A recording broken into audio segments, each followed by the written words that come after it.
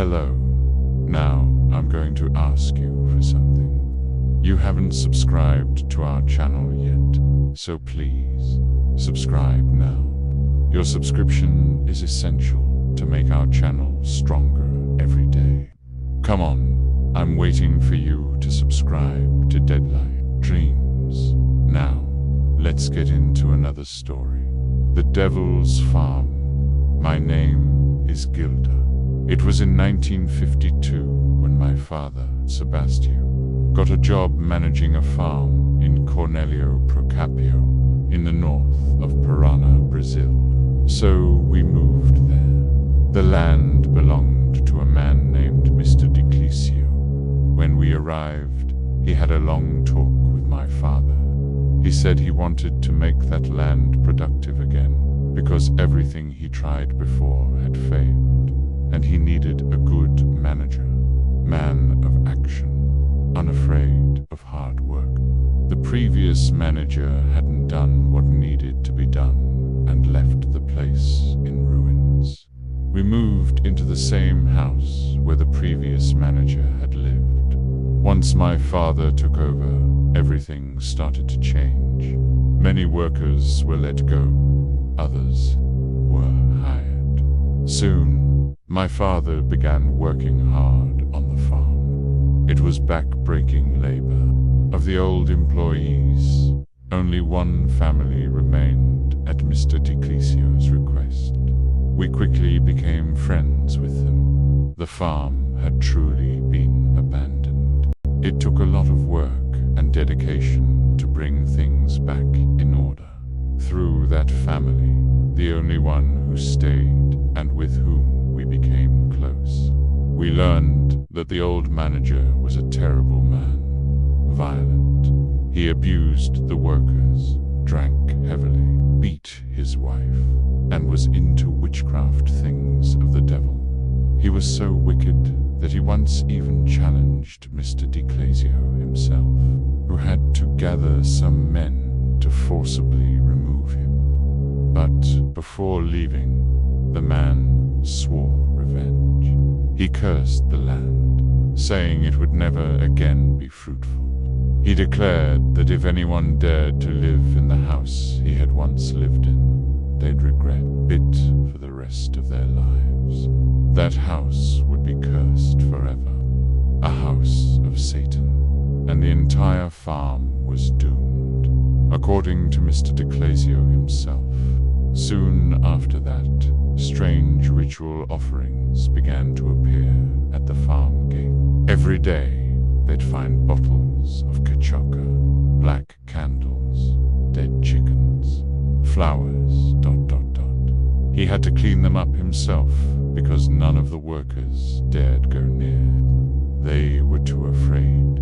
My mother and I were terrified when we heard that story from the neighboring family.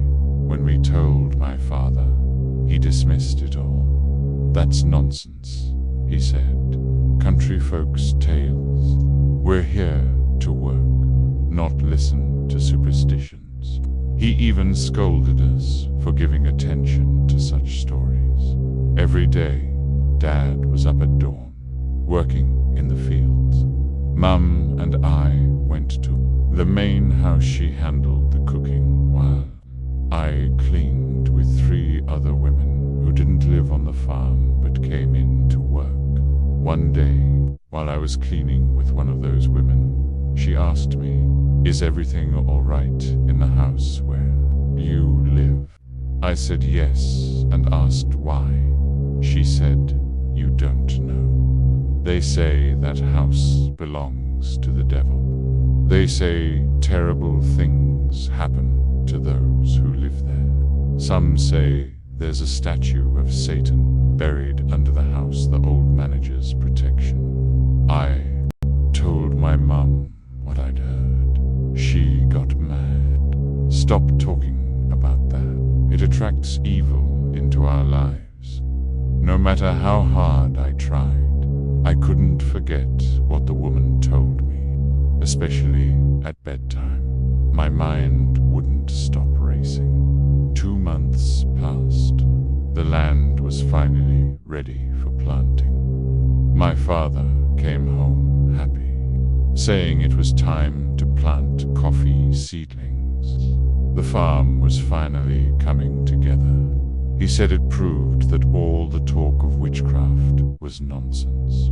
The old manager was just a lazy bum. The next morning, Mr. DeClasio met my father early.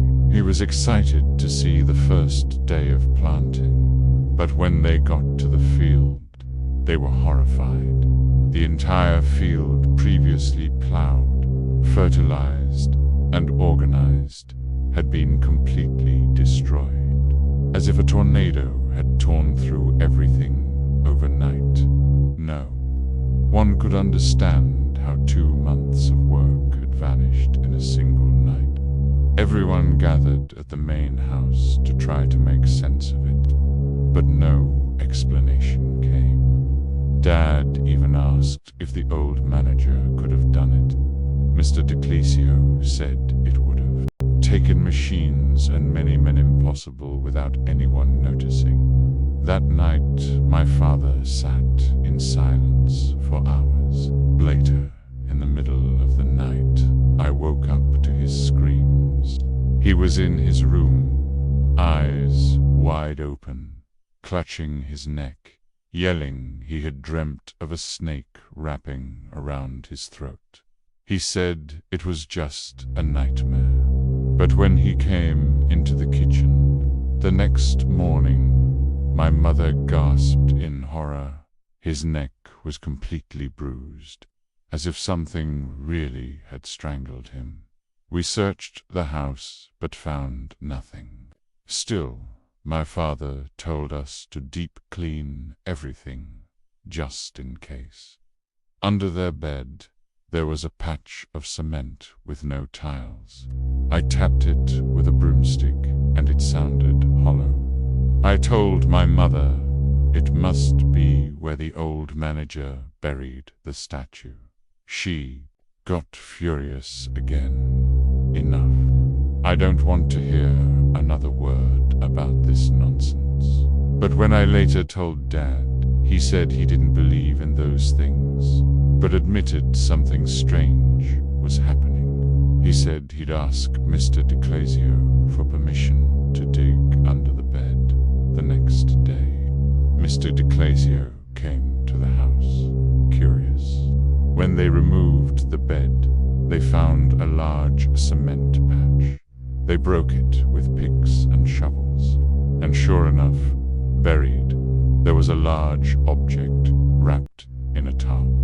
It took 3 men to pull it out. Outside, they slowly unwrapped it. It was real, a life-sized statue of Satan, over 1.70 meters tall, cloaked in black and red, a red-painted face with lifelike eyes. Mr. DeClasio laughed. He mocked the statue.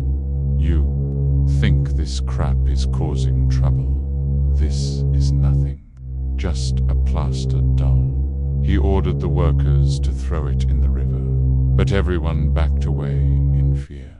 Dad volunteered to help, needing only one other person to assist. Mr. DeClasio said, "I'll go with you." On the way to the river, my father warned him not to mock what he didn't understand. But DeClasio just laughed, cursed the statue, and even slapped it at the riverbank. They prepared to push the statue into the water. It was heavy. As they pushed it, Mr. DeClasio told my father to step back. "I want to give the final push. I want the honor of sending this trash down the river." But as the statue slid off the trailer, the tarp wrapped around it caught his foot. He screamed, "Tio, help me. My foot is stuck." But it was too late. The statue, along with Mr. DeClasio, was pulled into the river and never seen again. My father dove in, searching frantically, but found nothing. The next morning, Dad woke us early. "We're leaving this place today," he said. As we packed, he went to tell Mrs. de Glacio, who was already packing herself. She said she had begged her husband not to mock the supernatural. Now he was gone. We returned to our hometown, Jacarezinho. My father found new work, and life slowly returned to normal. The farm, however, was abandoned for good. Despite being offered for a very low price, no one dared buy it. Too many stories, too much fear. This is my story, a story life itself wrote. The devil